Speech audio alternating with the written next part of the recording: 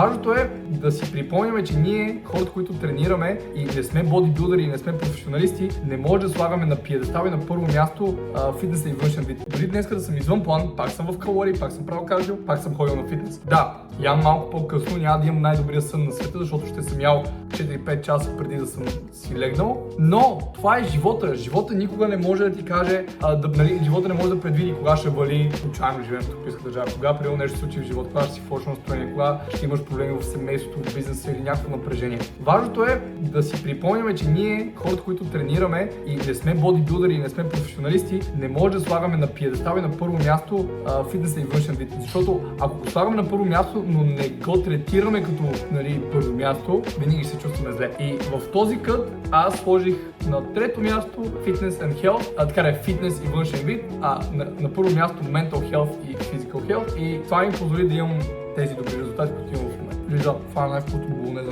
Наистина да имате гадже, което да ви готви, променя нещата много. Нека поставя.